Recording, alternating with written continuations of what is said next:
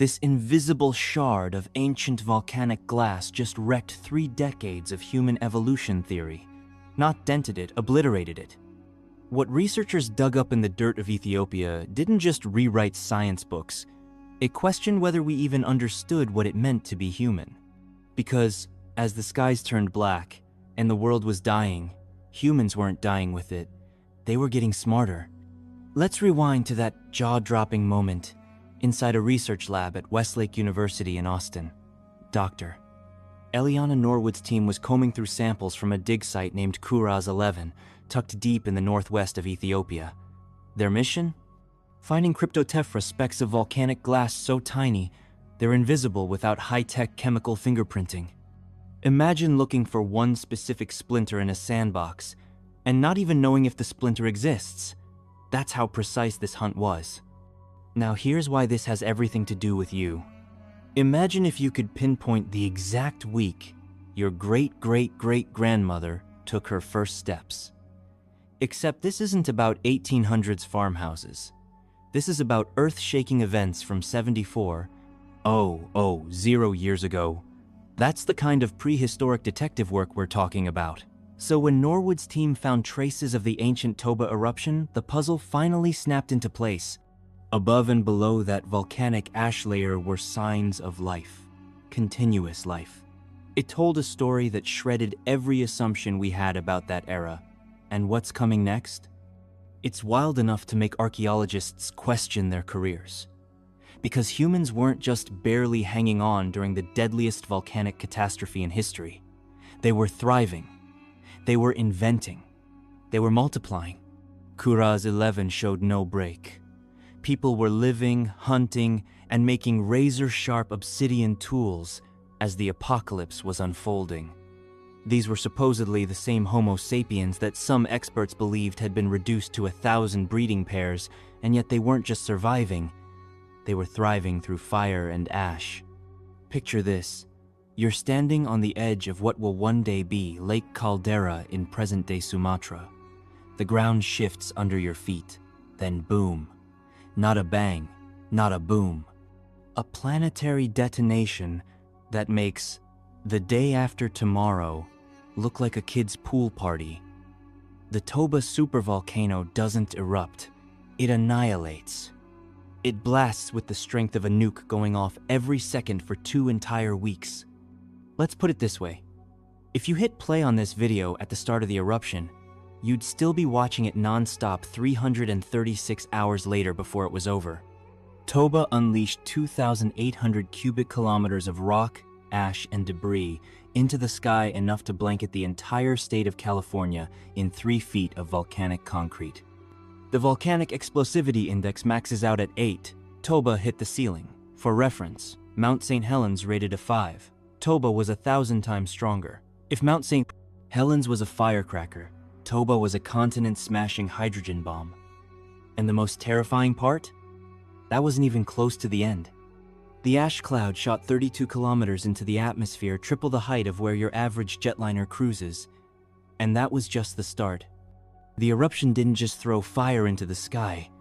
It belched out colossal amounts of sulfur dioxide, which climbed all the way into the stratosphere. There, it stitched together a choking gray shroud that wrapped around the entire planet, blocking sunlight for months.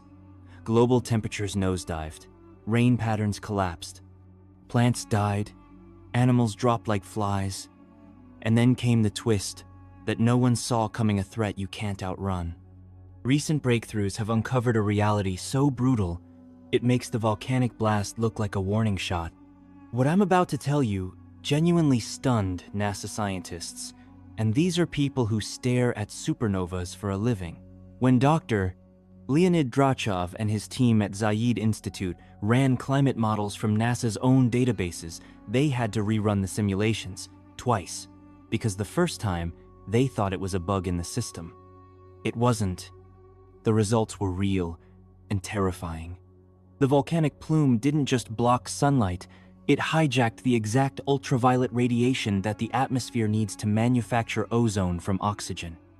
If Earth's ozone layer is like an invisible layer of SPF 50, this eruption snatched the bottle and smashed it.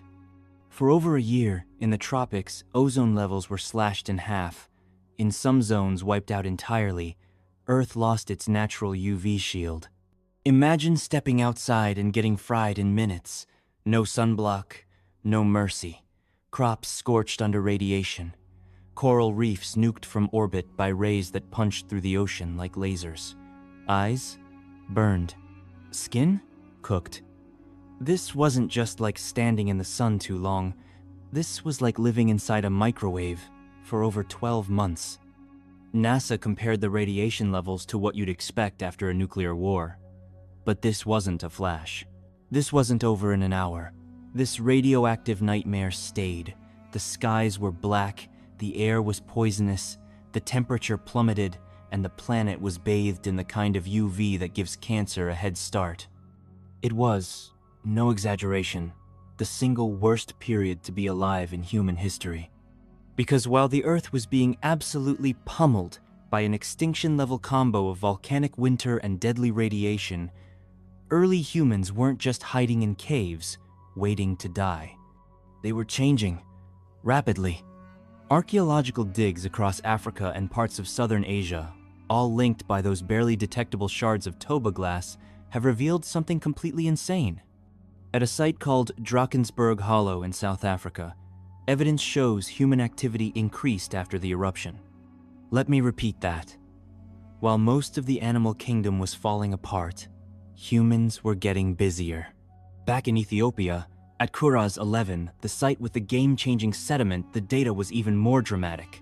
As rivers dried and savannas turned to dust bowls, people didn't give up. They adapted.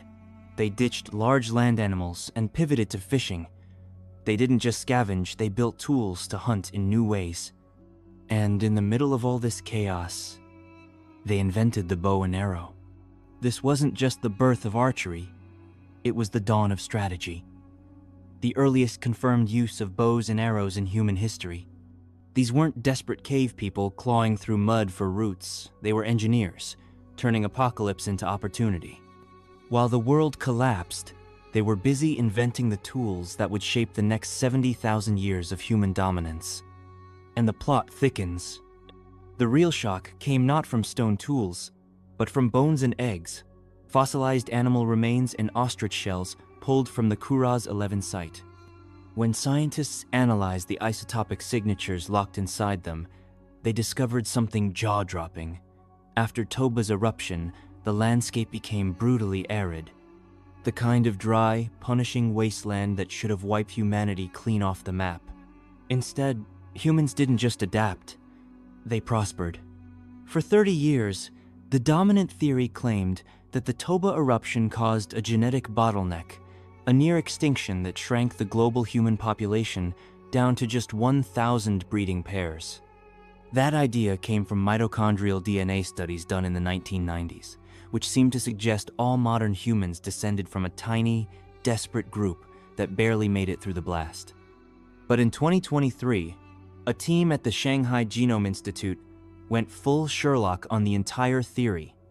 They studied the entire genomes of over 3,000 people from across the globe, and what they found nuked the bottleneck theory in one peer-reviewed paper. Turns out, the real genetic crunch didn't happen 74,000 years ago. It happened 930,000 years ago. That's like discovering the Titanic didn't sink in 1912, but in 1850, and that it wasn't even an iceberg, but a flaming dirigible. Everything the textbook said? Dead wrong. For 117,000 years, our ancient ancestors, Homo progenitus, were stuck in a population rut with just 1,280 breeding individuals, and that was during a massive ice age, long before Toba ever lost its temper. By the time the Toba supervolcano exploded, Homo sapiens had already endured their real extinction-level event. They weren't fragile survivors, they were seasoned badasses, spread across the African and Asian continents. That iconic 1,000 breeding pairs line, the one repeated in books, documentaries, and science blogs for decades? Wrong eruption, wrong century, wrong species.